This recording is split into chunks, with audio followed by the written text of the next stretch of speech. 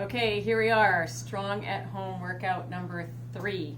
I want to thank all of you who are sending in your pictures to me and the little notes that you send me.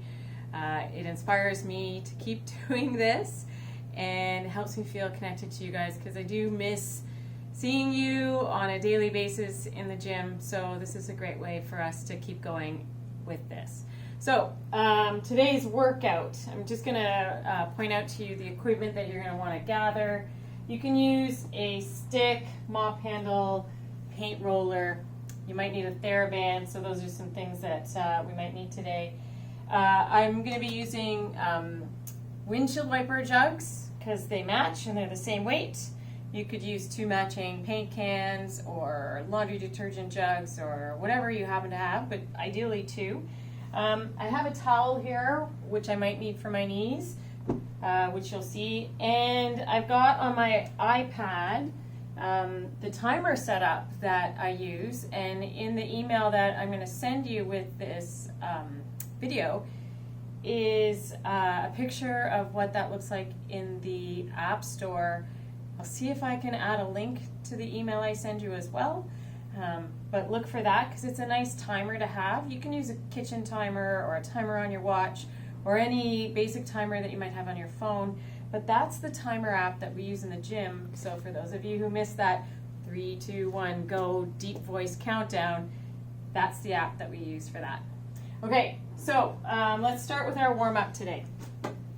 This is what we've got on the board. Evan's going to type this out for us to add into the video so it's a little bit more clear. But we're going to start with 2 rounds, so we're going to go through the warm-up twice. We're going to start with 5 T-spine pulses. So some of you might want that towel to be down on your knees when we get down here, and you're going to do this either on your bed, your ottoman, your couch, whatever you have. Those of you who have a hard time being on your knees, you could find a higher height and be standing up. But you could do this potentially on your countertop. So we're basically going to position our elbows on the edge of that ottoman, and we're going to send our hips back. Oh, I got to move my towel back a little further. Send our hips back. My hands can rest on my upper back, and I'm just going to sink down and then up.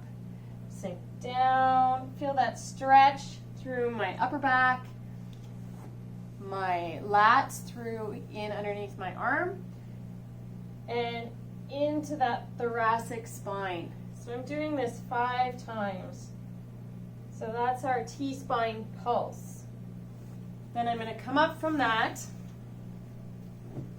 and then I've got 10 ground to sky.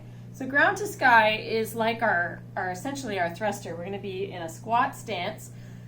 We're going to go down into a squat, reaching towards the ground, stand up, reach up, down, up, down, up. So touching the ground, touching the sky, as close to the ground as you can in that squat, making sure that you're moving in a depth that's pain-free for you. Then we go to 10 Shoo the Chickens. We're going to do this in stationary position. Often in the gym we do it walking the width of the gym. So our Shoo the Chicken position, we're going to stick our right foot out, heel to the floor. We send our hip back, the left leg bends, okay? Then we Shoo the Chickens, stand up on that leg. Oh, and I hit the ceiling. Then we switch legs. Left foot out, hip back, right leg bends, so I'm in that flat back, feeling that stretch in the hamstring, reach towards that foot, Shoo the Chickens, stand up tall. So we're doing 10 of those. Just alternating legs, so it's 10 in total, not 10 each leg, so it ends up being 5 on each leg when we're done. And then we go to 10 good mornings. So this is where we can use that Theraband or stick just to give us that tactile feeling on our upper back to help us remember to keep our chest up and back. So if we're using our stick, it's just coming in across our upper back on our shoulders. So that's our position for our stick, feet right underneath our hips, nice tall spine. We send our hips back, feel that stretch in the hamstring. When I get to the bottom of the stretch in the hamstring, I can slightly unlock my knees, stand up. But this is basically with a very straight leg for the most part. There's a softening of the knee near the end once we feel that stretch in the hamstring. But that's our good morning. We can do that with the Theraband for those of you who don't have the shoulder mobility to take that stick around your back. So this gives us some of that tactile cue. So Theraband is across my back, feet right underneath my hips. I'm being reminded by that Theraband across my back to keep my chest up and flat. And it's the same motion. 10 of those. So we're going to go through that warm-up series twice. Okay, now we're on to our strength focus. We have 2 exercises today. The first one is the suitcase deadlift, and the second one is the glute bridge. Both exercises, our rep scheme is anywhere between 8 and 12 reps. With those rep schemes, you will choose how many reps you want to do depending on the load that you have available in your home to work with. So some of you might have something heavier, some of you might have something lighter. If you find your load is very light, then you're going to do more reps. You're going to work towards the 12 rep scheme. If you find your load is very heavy for you, then you'll do fewer reps. You're going to be in the 8 reps. So that's the option that you have, is 8 to 12 reps with each exercise. You're going to alternate between the deadlift and the glute bridge, making sure you give yourself 1 minute to 2 minutes of rest between each exercise.